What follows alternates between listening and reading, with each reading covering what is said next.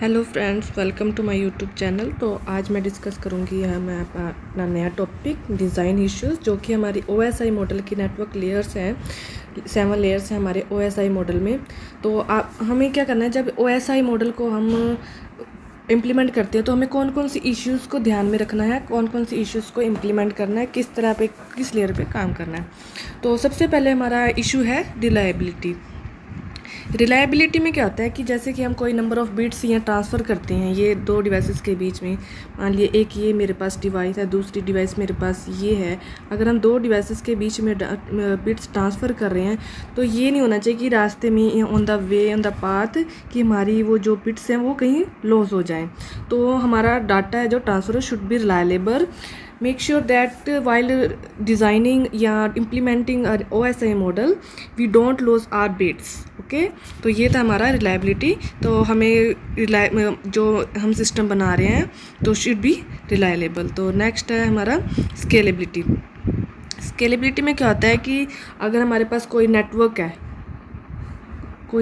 है जिसमें हमारी डिवाइसेस कनेक्टेड है, अगर उस नेटवर्क में और डिवाइसेस हम कनेक्टेड करना चाहते हैं, मान लो मैं कोई एक और डिवाइस कनेक्ट करना चाहती हैं या हम उस नेटवर्क में कोई न्यू टेक्नोलॉजी यूज़ करना चाहते थे, इट मेक श्योर दैट कि जो भी हमारा एग्जिस्टिंग सिस्टम है उस पर कोई बैड इफेक्ट या बैड इम्पैक्ट ना पड़े। तो scalability, our system should be scalable. अगर हमारे सिस्टम स्केलेबल नहीं होगा, अगर हम कोई ऑल्ट्रेशन या कोई एडिशन कर रहे हैं अपने नेटवर्क में या कोई लेयर्स में, कोई सिस्टम में, तो मे बी हमारा डाटा भी लॉस हो सकता है, कुछ भी हो सकता है। तो हमारा सिस्टम है, इसको हमारा ये इशू है स्केलेबिलिटी। नेक्स्ट है हमारा एड्रेसिंग। एड्रेसिंग में होता है कि जैसे कि हम कोई पैकेट्स, कोई मैसेज, कोई फ्रेम सेंड कर रहे हैं तो मेक श्योर दैट कि उसमें हमारा जो पैकेट्स है, ये पैकेट है हम इन डिवाइसेस के बीच में सेंड कर रहे हैं, उसमें सेंडर का और रिसीवर का एड्रेस होना चाहिए।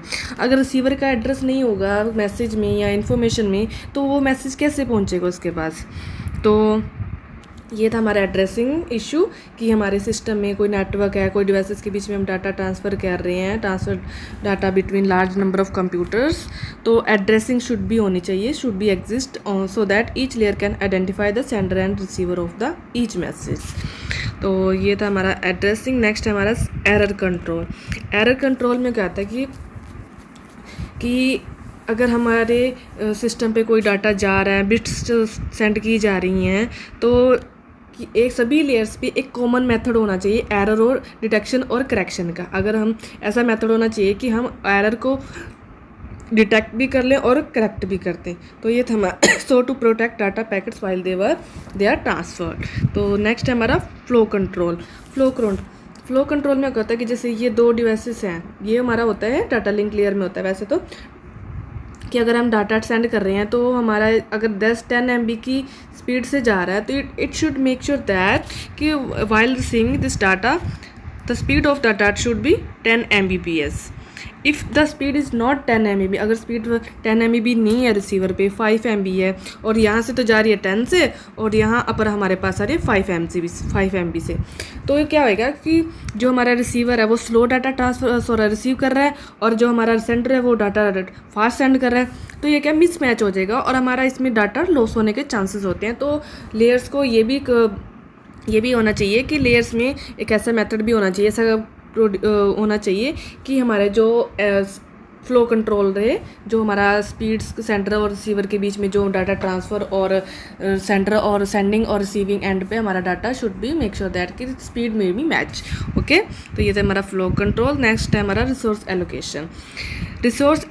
अगर हम कोई प्रोसेस को हम कोई रिसोर्स एलोकेट करते हैं, तो अगर उस प्रोसेस का अपना काम कंप्लीट हो जाते है, वो प्रोसेस कंप्लीट हो जाती है, एग्जिट हो जाती है, तो वो की सिस्टम को वो जो रिसोर्सेस उस प्रोसेस ने लिया होगा उसको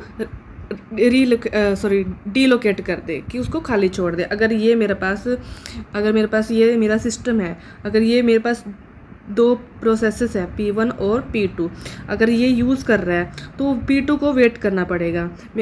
अगर जब ये P1 अपना काम फिनिश करके बाहर चली जाती है सिस्टम से, इसको रीलोकेट कर देती है, तो तब यूज़ करे P2। अगर P1 ने छोड़ दिया तब उसके बाद ये सिस्टम है जो रिसोर्सेज है वो P2 को एलोकेट कर दिया जाए। ये नहीं है कि अगर P1 भी यूज़ कर रही है और ऊपर से P2 भी आ गई तो उन दोनों के बीच में इंटरफेरेंस ना हो। तो लेयर्स को ये भी अपने ध्यान में रखना होगा कि रिसोर्सेज एलोकेशन और declaration should occur so that minimal interference among the host occur and there is optimal usage of resources. Next है हमारा statical multiplexing. It is not feasible to allocate dedicate path for each message while it is being transferred from the source to destination. अगर हमारा data transfer हो रहा है उस time पे हम रिसोर्स और डेस्टिनेशन के बीच में एक पाथ एलोकेट कर रहे हैं दोनों के बीच में एक डेडिकेटेड पाथ एलोकेट कर रहे हैं, लेकिन ये सब हमारा जो पहले हो जाना चाहिए। ये नहीं कि जब डाटा ट्रांसफ़र हो रहा हो तब हम अपना जो पाथ है उसको पाथ एलोकेट करें, ये पहले ही होना चाहिए। तो उसके बाद जो हमें उस डाटा को ट्रांसफ़र करने के लिए बैंडविड्थ है, उसका टाइम है, वो सब अपने आप उसको मल्टीप्लेक्स करना पड़ेगा। तो ये थी हमारी स्टैटिकल मल्टीप्लेक्सिंग। नेक्स्ट है हमारा राउटिंग में क्या होता है कि हम अगर हमारे सोर्सेज और रिसोर्सेज डेस्टिनेशन के बीच में, ये हमारा सोर्स है और मेरे पास डेस्टिनेशन है, और इनके बीच में 2 और 3 पाथ जा रहे हैं तो इनको तो ये मेक श्योर दैट कि जो हमारे सिस्टम है, ये 2 सिस्टम हैं ये वाले, तो ये कि ये ऑप्टिमल पाथ यूज़ करें। ये जैसे कि हमारा ये ऑप्टिमल पाथ है, मान लो कि मेरा ऑप्टिमल पाथ है कि ये बेस्ट पाथ है, ना कि इसमें कोई ट्रैफिक है और ईजिली इसमें जा सकते हैं और ना ही इसमें टाइम लग रहा है, तो वो होता है हमारा ऑप्टिमल पाथ। कि डिवाइसेस के बीच में अगर डाटा ट्रांसफ़र हो रहा है तो उनके राउटिंग शुड बी क्लियर कि उनके routing involve choosing N optimal path all possible path. हमारे पास बहुत सारे पाथ हैं सोर्स और डेस्टिनेशन के बीच में, लेकिन हम एक ऑप्टिमल पाथ यूज़ कर रहे हैं in terms of cost and time भी कम लगे और हमारा कॉस्ट भी कम लगे। और यहाँ पर हमारे लेयर्स के बीच में सेवरल एल्गोरिदम यूज़ किए जाते हैं। नेक्स्ट है सिक्योरिटी।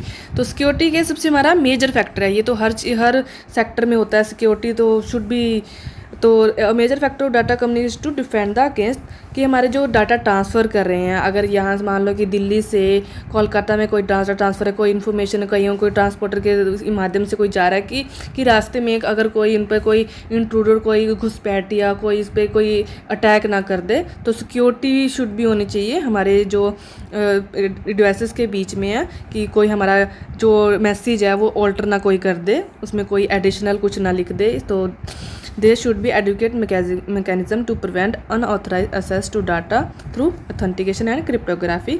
जो हमारा डाटा ट्रांसफ़र करते हैं तो उसके लिए हमें ऑथेंटिकेशन और क्रिप्टोग्राफी यूज़ कर सकते हैं। तो ये था हमारा आज का टॉपिक, डिज़ाइन इश्यूज़ इन OSI मॉडल। तो अगर आपको मेरी वीडियो पसंद आए तो प्लीज़ लाइक ज़रूर कर दीजिएगा।